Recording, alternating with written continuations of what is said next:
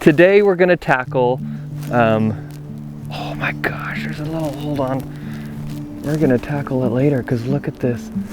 That's a mama and her fawn just ran up. Oh, now she's staying between me and that baby. Oh my gosh, dude, this is, who's milking? Look at that. Oh my gosh, so cool. Oh, she's not done yet. Mama. Today we're tackling 5 family backpacking problems that you might think will come up when you're hiking with kids, but they barely exist if you know how to handle them. So let's look at these one by one and see what you can do about them. Gear up and get outside. So first off, let me say, I am no pro. I'm not some expert on backpacking with kids or anything like that. I don't pretend to be. In fact, this is the first backpacking trip that I have ever taken my family on. I've been hiking and backpacking quite a bit. I've taken all my kids hiking. They've been on plenty of day hikes. We do a lot of camping from the car, so they're familiar with the outdoors and all that. I tried to anticipate all the problems that I might encounter, and these are the solutions that I came up with.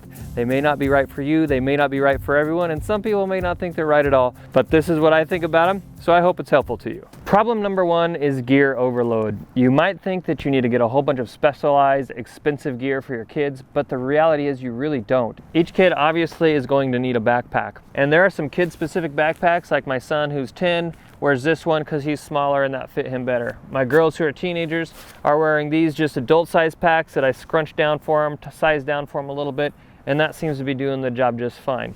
Now it could be nice, or maybe it would be nice to have a specific size one for them, but I must also say this is the first backpacking trip I'm taking my family on, so I wasn't going to go spend a ton of money on gear before I even knew if they really liked it. I also wanted to make sure that whatever we were using could be used in the future as well. And I got kind of lucky because so far this is working pretty well. Besides the backpack, they just need basic systems. So I have them each carrying their own sleeping system, which involves a sleeping bag, a sleeping pad, and I even threw in a little blow-up pillow for each of them. That's not a necessity. They could just use a stuffed animal or some of their clothes stuffed into a stuffed sack, and that'd be fine too. My kids would probably be fine without a pillow too, but you know, I'm trying to make them comfortable so they like it so we can go again. When you're thinking about a sleeping system for your kids, you're probably going to tend to do what I tend to do and my wife tends to do, which is overthink about how cold they're going to get at night. But truth is, they're not going to get any colder than you will at night. So as long as you're comfortable and they're wearing similar stuff to you, they're probably going to be comfortable too. I did get my kids recently some adult size sleeping bags. With that, I know that they're comfortable, I know they're going to be warm enough, and they're in decent gear, but I didn't spend an arm and a leg on it. As far as their sleeping pads go, I didn't go out and buy the fancy stuff there either. We have a kind of a hodgepodge of different pads I've tried over the years, and they're using those. Now at first I felt a little bit bad that my kids are on thinner pads than I am, but then I remembered that when I did my 50 miler as Boy Scout when I was a kid and I was sleeping on a $10 foam pad from Kmart, I don't feel all that bad for them. They're gonna survive just fine. Problem number 2 is heavy backpacks. We think that our kids probably can't carry that much, and that's a concern for us. But as I found out today after day 1, 3 miles of hiking, my kids all did great. Yeah, their shoulders hurt a little bit, their waists hurt a little bit. It was kind of weird to use a backpack for the first time. They did wonderfully well, and I think that your kids will too. That said, what I did to make that as comfortable as possible is I'm having them carry the essentials only and their own stuff. So they're carrying their own sleeping gear, they're carrying their own clothes, and then they're carrying their own water bottle, little things like a headlamp, a little nature journal I threw in there. They've got a few little trinkets like that, their own snacks for the day. Each of them are carrying something that contributes to the group, not just what they need for themselves. But none of them are carrying the tent or the bulk of the food. But the nice thing about going as a family of 5 for us, is you get to spread some of that out. I expected my pack to end up around 60 pounds. It only ended up being 40 pounds, which I'm pretty satisfied with, honestly. They're also carrying their own mug and a spoon, so they have what they need to eat. Problem number 3 is clothing confusion. You might think you need to go out and spend a bunch of money on expensive hiking clothes for your kids, but the truth is you don't.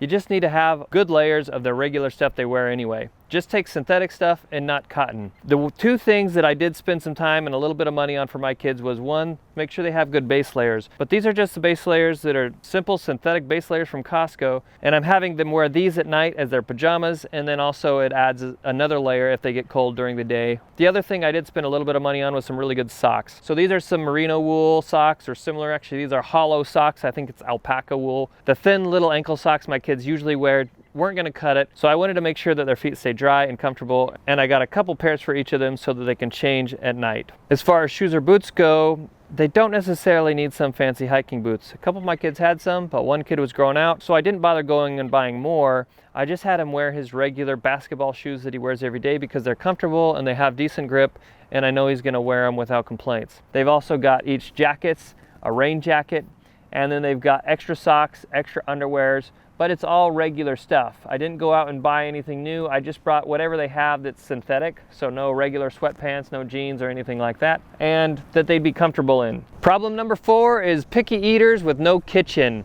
How do you feed a kid on the trail and when he only wants to eat chicken nuggets? That's my son to a T. So here's what we're doing. Number 1 is we're trying to bring as many foods that are familiar to them as possible.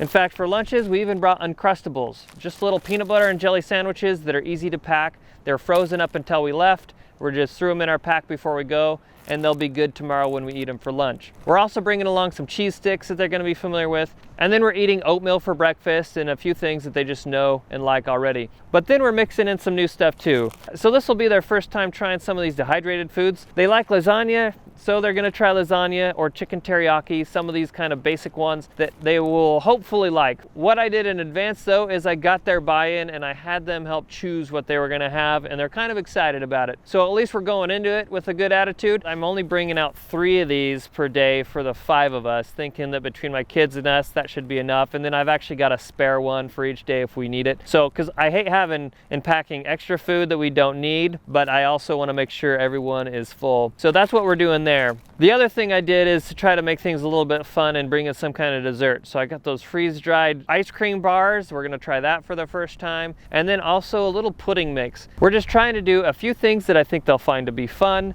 a few things that I know they're familiar with, and a few things that are new that they help choose. And I hope that that makes this a good eating experience while we're on the trail. I actually brought 2 cook sets. That probably wasn't necessary, but that's kind of the Boy Scout on me, always wanting to have backup. So we've got 2 little cook sets I brought, but then everybody has their own mug and their own spork, and then I have a couple of collapsible bowls in between the Mountain House bags and the bowls. I think everybody should be able to share a meal at the same time. That's how we're doing it. Problem number 5 that some people think about is that your kids are going to be bored. First of all, I strongly disagree with this problem because I think most kids are pretty darn entertained on their own outside. When we go camping, we find that most of the time our kids aren't asking us, what can I do, or where's my screen? They're a lot more independent when we're in nature than when we're at home. So give them the benefit of the doubt. But we're also bringing something to give us another opportunity to play something as a family.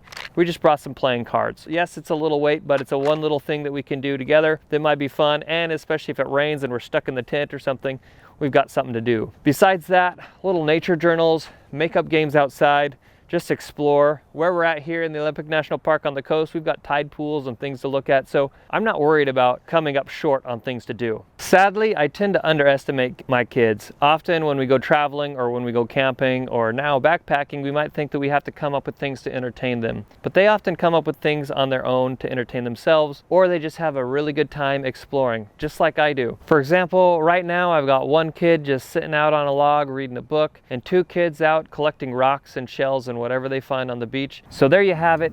5 so-called family backpacking problems that are actually pretty darn easy to solve, and they barely really exist at all. It's often just us that get in the way of it. The main thing is to not let any of this stop you and your family from having an adventure. I don't know yet if my kids are going to love backpacking or want to do it again, but I can tell you after day 1, I'm pretty enthusiastic about this trip anyway, and I think we're going to have a great time. And at least they've been exposed to it, and then they can decide if this is something they want to pursue or not. If you like this video, give it a thumbs up and consider subscribing to the channel. I cover a lot of things about hiking and camping, but what are your tips? What do you do when you're hiking with kids? Let me know in the comments. I'm sure there's some other great ideas out there that I would love to learn from. I send out an email newsletter every 2 weeks. I invite you to sign up for that. I'll put a link in the description below. And at least at the time of filming, we're actually giving out a free bear sticker. So if you go and sign up, we'll send you a little sticker in the mail. That's an original Outdoor Empire design. It's pretty cool. Now gear up and get outside.